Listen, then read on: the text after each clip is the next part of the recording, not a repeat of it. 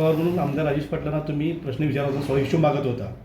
आज तुम्ही असा त्यांचा आरोप आहे की तुम्ही त्यांच्या मांडीवर बसलात म्हणून तुम्ही गप आहात. मग तो 1600 कोटीचा निर्णय तुम्ही पुढे करणार का? श्रेयवादामध्ये तुम्ही त्यात भाग घेणार नाही?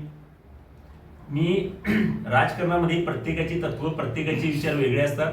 माझे राजकारणाच्या बाबतीत पूर्णपणे विचार वेगळे आहेत. महेश पाटील यांच्यासोबत मी काम करणार, आम्ही दोघंही मित्र म्हणून एकत्र काम केलेलो होतो. अनेक मंडळ वाचनालय आम्ही स्थापन केलं. त्यानंतर विशेष म्हणजे माझं जे राजकारणाची जी सुरुवात झाली ती कैलासवासी नरसिंहराव पाटील यांच्या गटातून झालेली आहे. पहिली ग्रामपंचायत मी लढवली ती कैलासवासी नरसिंहराव पाटील गट म्हणून मी लढवलेली आहे.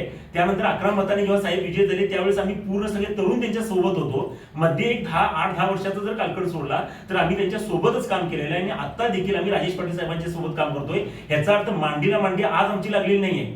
जेव्हा जेव्हा विचार जुळलेले आहेत त्यावेळेला आम्ही सोबत आहोत आणि जेव्हा विचार जुळत नसतील तेव्हा लोकशाहीमध्ये प्रत्येकाला अधिकार असतोय तुमची वेगळी मतं मांडायची. हाच प्रश्न मी उलट्या बाजून विचारतोय. जे आता शिवाजीराव पाटील विद्यमान आमदार आहेत हे जर भाजपचे समजत असतील 2019 मध्ये त्यांना तिकीट न मिळाल्यामुळे ते अपक्ष म्हणून का लढले?